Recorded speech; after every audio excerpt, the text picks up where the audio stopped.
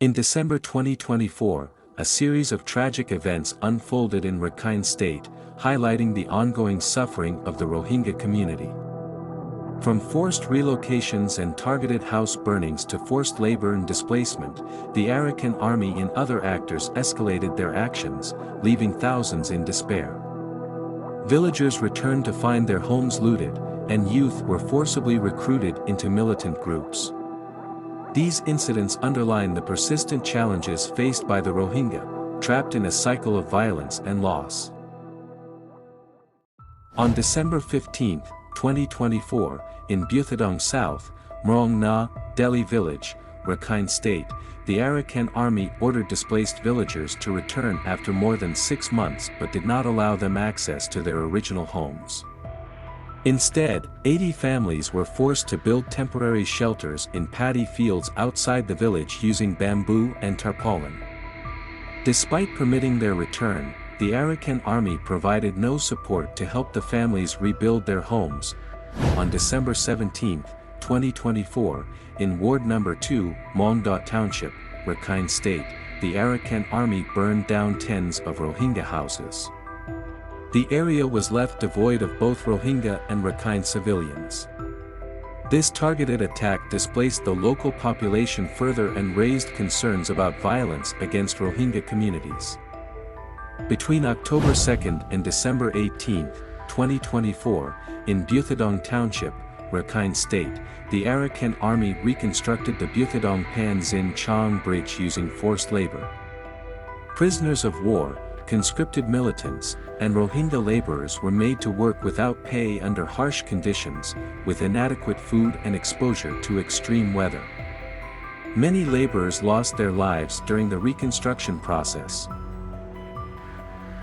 On December 18, 2024, in 𝐒𝐮𝐿 𝐶𝐞𝐜 South, Rakhine State, SAC naval forces fired weapons and drones at mountainous areas suspected of harboring Arakan army troops.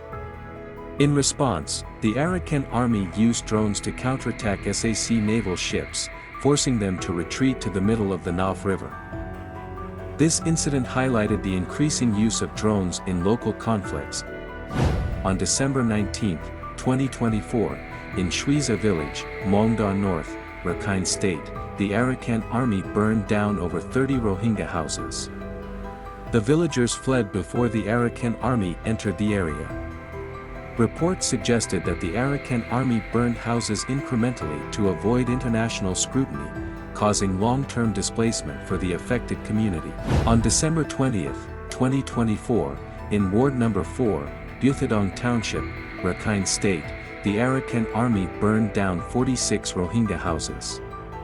Earlier pleas by residents to return to their homes were ignored. Rakhine civilians looted belongings and dismantled parts of the houses before they were set on fire. The Arakan army later claimed that 26 houses burned automatically, without explanation, highlighting the dire conditions for the Rohingya. On December 22, 2024, in the 𝐓𝐵 River, Rakhine State, a small boat carrying over 50 bags of cement for the Arakan army sank while being transported from Bangladesh. 2 Arakan army troops and 1 Rohingya laborer were on board. 1 soldier lost his life, while the others survived. This was the second such incident in December, with an earlier sinking on December 2 disrupting construction efforts.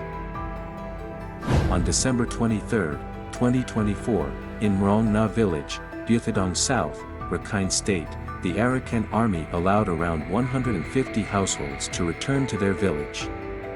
Upon their return, the villagers found their homes looted, with all belongings, including clothing, taken. This return offered little solace as residents faced immense loss and struggled to rebuild their lives. Between 10th and December 26, 2024, in 𝐒𝐿 Township of Rakhine State, Junta-led State Administration Council or SAC intensified recruitment efforts targeting Rohingya youth. Over 100 young individuals were arrested and forcibly recruited for militant training. While Arakan Liberation Party, who signed a ceasefire agreement with the junta, simultaneously trained more than 50 Rakhine youths. Those arrested were unable to return to their homes, adding to the Rohingya community's suffering. In this way, the Rohingya are constantly being oppressed by the Myanmar junta and the Arakan army, and these incidents are triggering Rohingya exodus in many neighboring countries.